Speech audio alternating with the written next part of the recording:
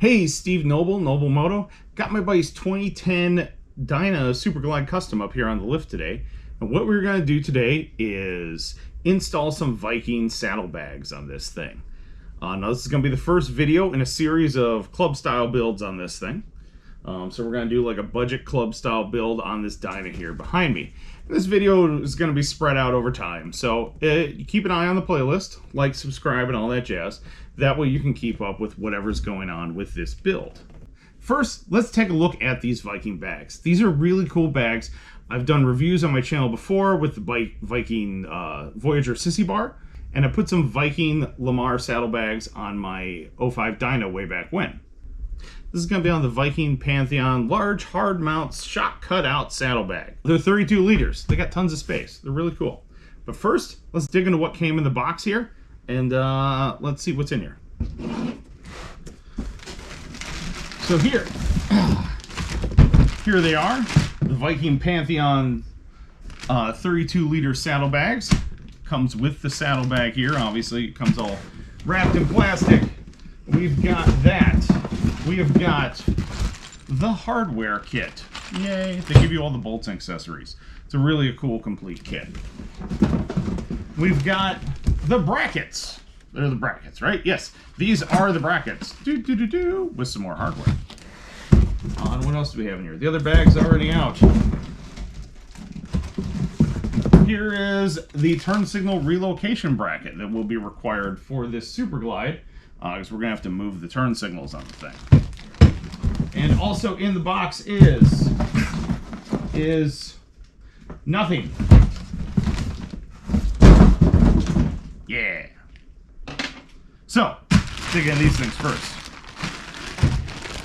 Everything is nicely packaged. That way you know your product will arrive in good condition. Now be careful when you open your packaging, because the keys for your saddlebag are in there too. So, got our left saddlebag here. Now, this thing, first things first, you got this cool outside pocket. They look a lot like the Harley Leather Pros that were on like the FXDX way back when. You know, the T-Sport. So we got a cool little zipper open pocket in here. Got some paper packaging just to kind of keep them from getting crushed. Thank you to Viking for that. You got lots of space inside this pocket. This is pretty cool. So you can stash your sunglasses in here, gloves, all that like quick go-to stuff that you might want on the side of the road or at a gas station, or even if you're just, there's some more paper. Or even if you're just swapping something out at a light. Need some sunglasses, need gloves, need tools. I don't care. Put whatever you want in there. But yeah, it's a really cool deep pocket with a very stout zipper on this thing. Nice stuff. On the top side of this thing, we have the lock, and they have the cool little stealth lever back here. This one comes locked. So, you'll need your key to open it. And it's just a 180 turn lock, so you don't have to leave the key in it. So you can either keep it locked or keep it unlocked without the key in it, which is nice and handy. Then you can grab that lever, flip that up, and open up the saddlebags. Check those out. Aren't those nice? So they're like vinyl or leather lined. There's like a lining in there. It's pretty nice stuff. They have all these little pockets in here. Who doesn't love pockets? Everybody likes pockets. So you got these little organizer pockets in here. That way you can stash stuff in there if you want. This thing just Velcros out, so you can take it out and load it up, or find whatever it was that fell in the bottom of it that you can't find now. I think just Velcro this back in there.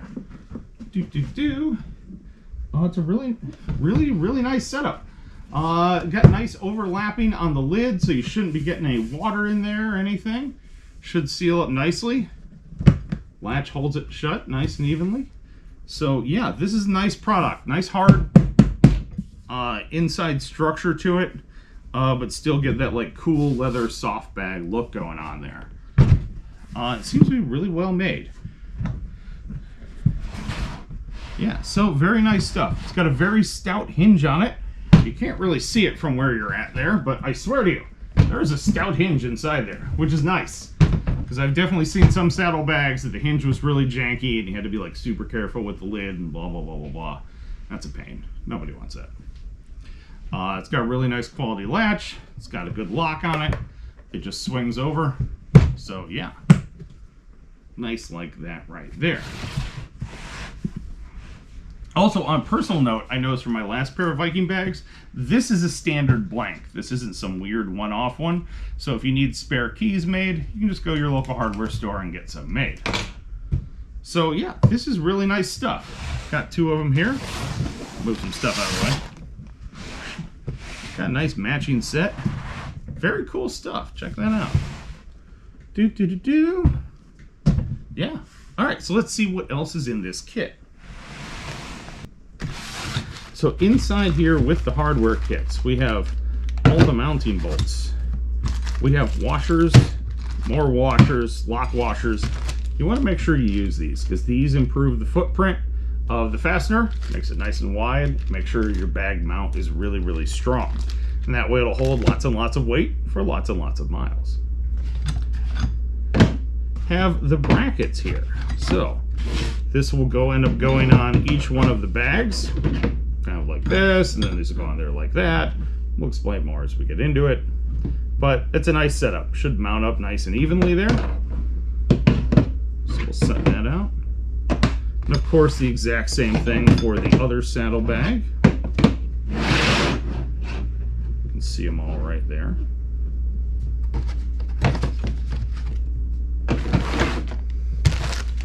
And in this bag we have the rest of our hardware.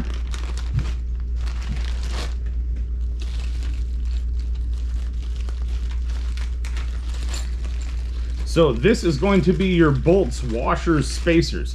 There's a lot here. It looks like a lot because it is a lot. The nice thing about this is we have different size bolts. We have different length bolts. We have different size spacers. This may seem confusing, but I tell you, this is a really great way to do it because this allows you to have a little versatility for your installation. This way, if you want to have them out a little bit further, maybe to clear some weird accessories or whatever you may have, or you want them in there tight, this setup is going to let you do it. So also if you have like an extra sissy bar, extra brackets, whatever it is, they're motorcycles, we customize them. So this kit will work really well with a lot of different accessories. So here you can actually see all the stuff that comes with it. So we have all the bolts here. We have all of the spacers, the lock washers, everything you can possibly need. Fender washers, more lock washers, more hardware. You're going to be good to go with this thing. Does a really, Now, in addition to this stuff, we also picked up a turn signal relocation bracket. So this isn't just a turn signal relocation bracket. This is also a layback plate mount.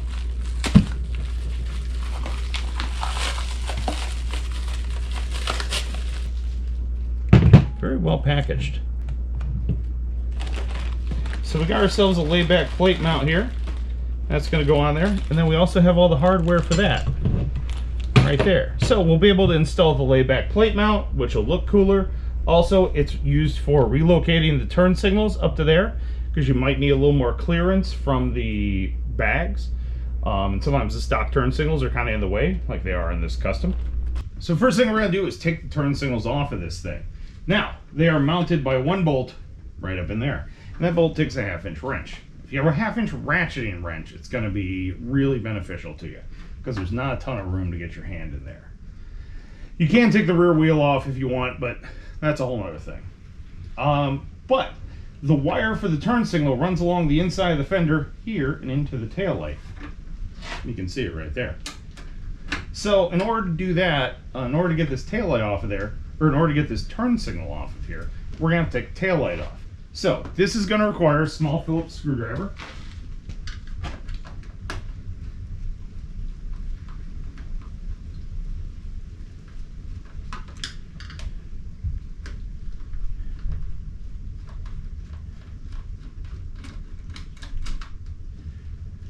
And this should just pop right off of there.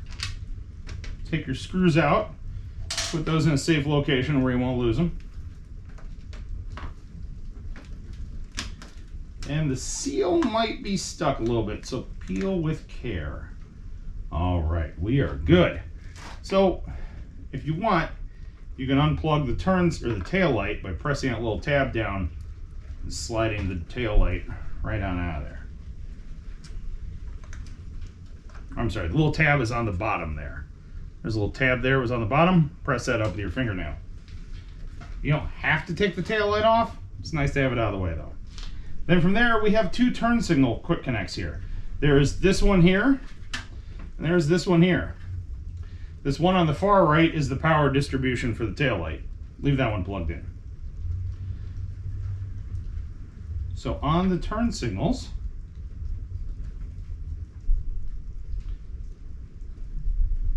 a little push tab there on top. Push that down with a screwdriver. That comes out. Push that one down with a screwdriver. That one comes out. So now we're going to take our ratcheting wrench. Move the wire out of the way. Actually, you can pull the wire through there. And get our 1/2-inch ratcheting wrench up in there. And lefty-loosey this turn signal off of there. You can carefully slide the turn signal out. Fish the wire up through there. Just like that. Take your turn signal, set it off to the side. Now that our tail lights are off of there, now we can remove the stock plate bracket. This is just going to take a 7/16. Again, a ratcheting wrench is preferred, but you can do it with a box end wrench. And undo that top bolt, nut and washer. There's a little square-headed bolt right there that comes right on out of there.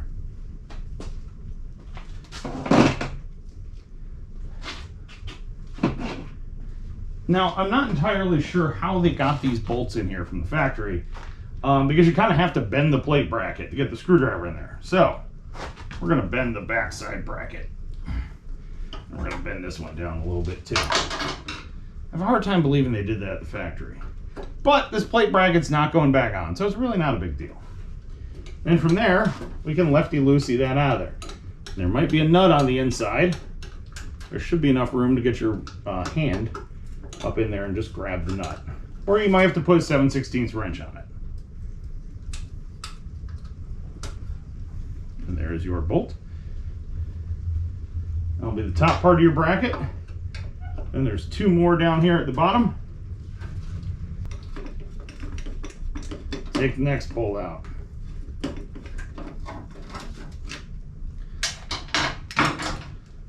Now, if you got to run your wires through, there's a little plastic plug right there. It'll push out. And then you'll be able to feed your quick connects through there, or whatever wiring you have that mounts up the tail light. If you're worried about the hole, once the plate bracket's on there, you won't really see it.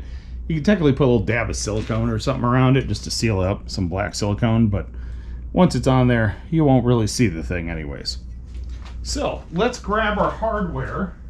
So you'll notice this on the left is the old bolt that came out, and then the one on the right is the supplied bolt. And it's a little bit thinner because we have to take up for where the fender strut was. So we're going to take, set that down right there. So we're going to take the supplied flat washer, slide that down on there. And then we're going to slide that through the bracket right there.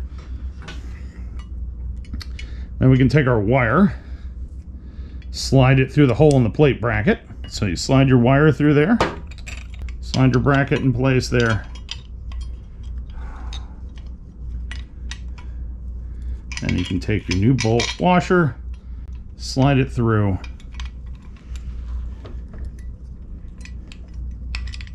and start that into your turn signal mount.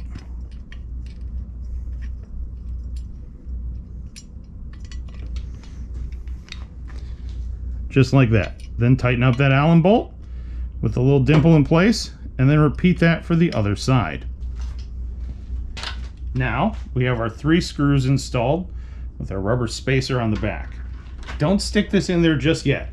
You want to make sure you snake your wires through there for your rear turn signals, because they go through this little hole right here. And when you do the second one, sometimes it's a pain because the wire's in there, so you'll have to position it all just right, and then it'll pop through there like so. We're going to run the wires up across the top. And then to make sure we get them to the right one, I'm going to snake one in there. Leave that one to the right. Snake the other one in there to the left. Actually, I'm just going to take the left side one and just plug her in. Now we can't get them wrong. The right side one isn't quite there yet. But from there, we can take these 3 bolt holes and line them up with the 3 holes in the fender. It should just sit down on there just like that.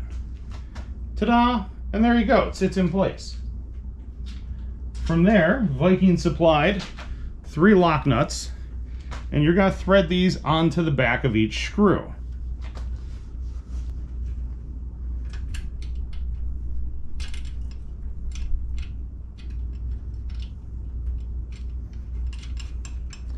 Now these are smaller than the ones that came off of there, so I would recommend you find a 1/4 inch drive socket and ratchet, or a ratcheting wrench before you put them on there. Save you a lot of grief.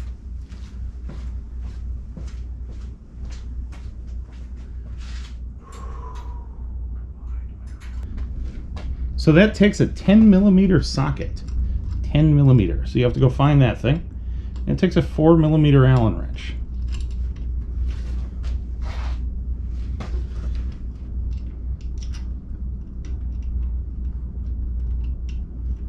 So now all your bolts are in there and started. You can go around and tighten them up.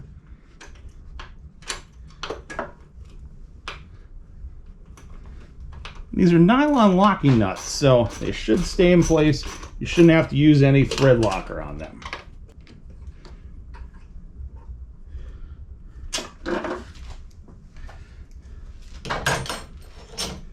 All right, once that's on there, snake your turn signal wire the rest of the way through and plug that in. And we're going to turn the bike on, make sure our turn signals work. Left turn, right turn. All right, we are in good shape. Now from there, we can just reinstall the tail light. To install your tail light, just take your little plug there. Hopefully you got a little dielectric grease there. Dielectric grease is non-conductive grease. When the metal makes contact, it will conduct. However, if moisture gets in there, well, the dielectric grease keeps the moisture out, and it keeps the electrical current from arcing through the grease, because most grease is conductive. So that's kind of like having water in there. So, a little dab of that in there. And just plug that in until it clicks. Make sure you have it positioned the correct way. That way it plugs in. Nope, you hit it right the first time. It's like a USB port. Oh. Goes into the bottom one, not the top one. Bottom one. There you go. Gotta be smart in the plug. That was where I came up short. Then you can just scoot your tail light in place there. Take your 2 Phillips screws that hopefully you did not lose, and get each one of them started in there. Remember, in this case, and really all cases, you always want to get all the fasteners started in before you tighten any of them down. Keeps things from going crooked and binding up. And ensures you get the proper torque spec on everything. There we are. Now, we're going to check that tail light to be sure. Got our tail light right there. All looks good. Front brake, which means it works, but for good measure, rear brake lever. All right. So there you have it. Your layback plate mount and turn signal relocation has been mounted on there. Now it's nice and clear to put your saddlebags on there. And all you got to do from here is put your license plate on there. So let's move over to this side and we're going to line up our saddlebags. Okay, so now what we're going to do is we're going to line up the bags with the mounts. It's going to bolt into, let me double check this hole here and this hole here. So before we do this, we need to take that Torx bit out of there. Now, I'm only doing one side at a time. That way the fender is still held in place and the sissy bar in this bike is still held in place. This bolt is a T45 Torx bit. Lefty-loosey that on out of there. There should be a retention bracket back there that threads into. So careful that doesn't fall out. It should just kind of stay in place. This chrome here is now going to be loose, so light touch with all that. So here's what we're going to do. You have two options. You can try to get a ink pen through here, which will fit. Then you can stick it through the holes and stick it through there and mark the holes. Or you can try to trace out this fender strut and transfer it onto the back. I covered it in blue painter's tape. I like to do that just because it's easy to draw on. You can scratch it. It doesn't leave marks on this. Plus, it's just really hard to see black ink on a black plastic. So, here's what we're gonna do. And it would help if you had a friend for this, but if you don't, you can kind of just line it up here yourself. And now remember, it's gonna be sitting out slightly further once your brackets are installed. You can put it there. Gonna have to figure out where the exact spot is you want it. I'm gonna try and line up with the fender there. I'm gonna shove a towel down here underneath to make sure I have good clearance. And you wanna make sure when you mount it, you have at least 1.5 inches or inch and a half in between your pipes and the bottom of the bag. All right, so we are going to zip tie that box right there. Now we can line this bag up here. All right, this allows us to step back and look at it. Move it a little bit further forward there because I'm going to want it in front of the shock.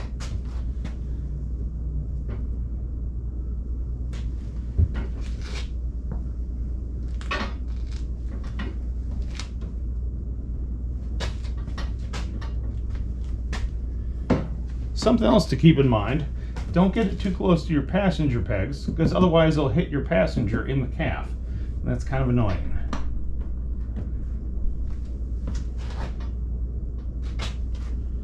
So actually, I think that looks pretty good.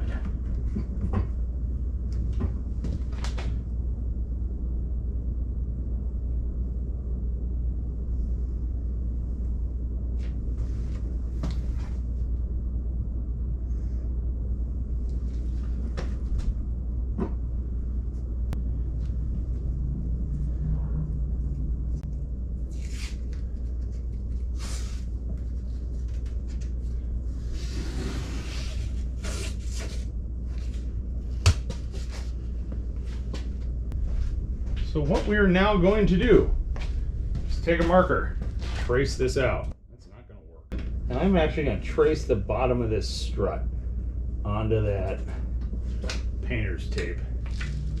I'm going to trace the top of it too. So we're going to use all that info, 2 inches from the end strut, the end of the bag, and the marker and everything, and that will help us lay it out down on the table. Don't be a bitch. All right, so now we've got our bag here. I'll flop it up here so you can see it. Maybe. Try to do some of this upside down. So I measured out already the 2 inches from the end of the bag to the end of the strut. I've got this line across here, which is the bottom of the strut. I measured out from the other end of the strut in is 1 inch.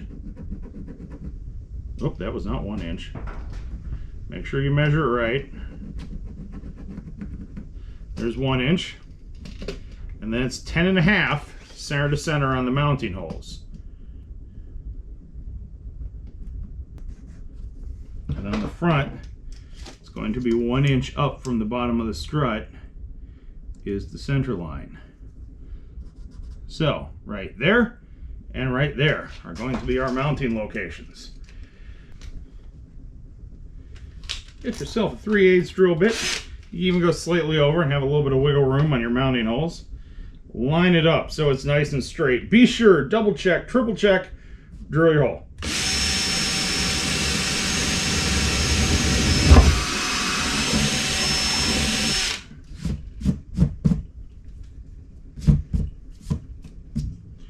Again, be sure, double check, triple check, drill your hole.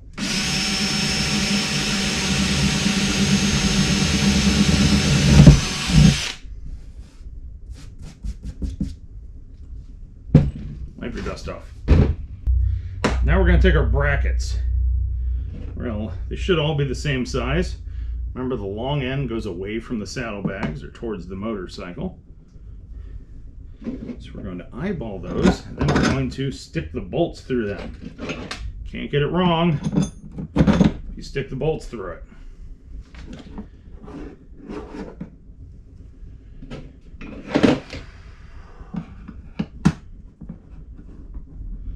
Then they give you this strut in here. This is like a strengthening strut.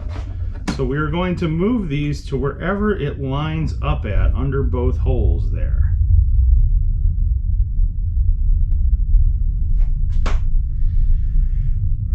And it might be in some weird shape, kind of like this one is. That's okay.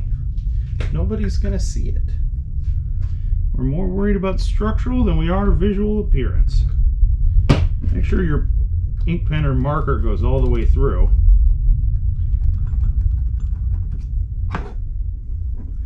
Probably wouldn't hurt to put some blue tape down there. And then from there, drill through that one.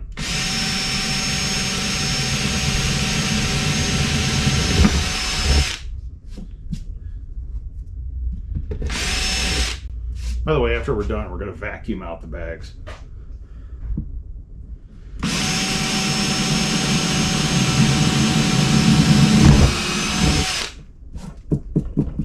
There we go. Double check, make sure it lines up. It does. All right. And now the part everyone's concerned about, making sure your bags are even from one bag to the other. So we're going to take our bags. We're going to put them back to back here and open them up. Make sure they're not sitting on anything. Make sure they're both in the exact same angle. You kind of line the latches up for this. Then you can put your ink pen through the holes.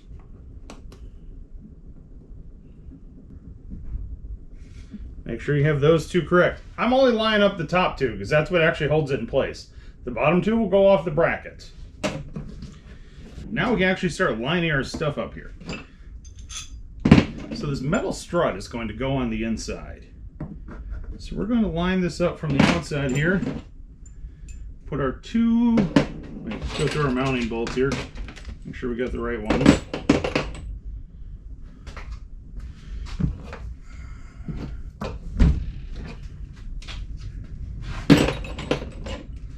Put our two mounting bolts down through there.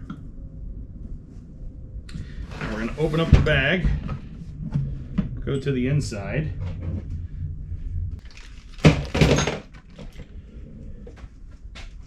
So we're going to take these fine threaded bolts.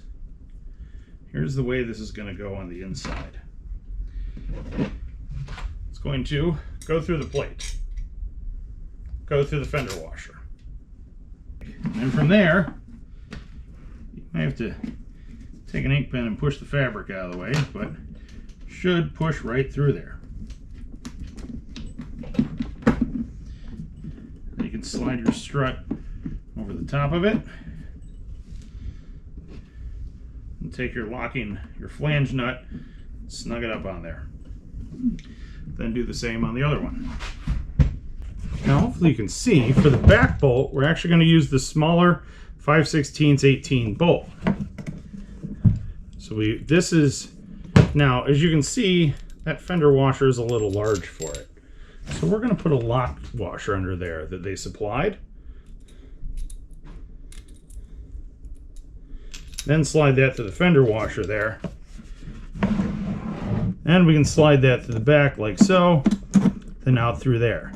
Then this will go through the fender strut And then one of the supplied 5/16 nuts will go on the back.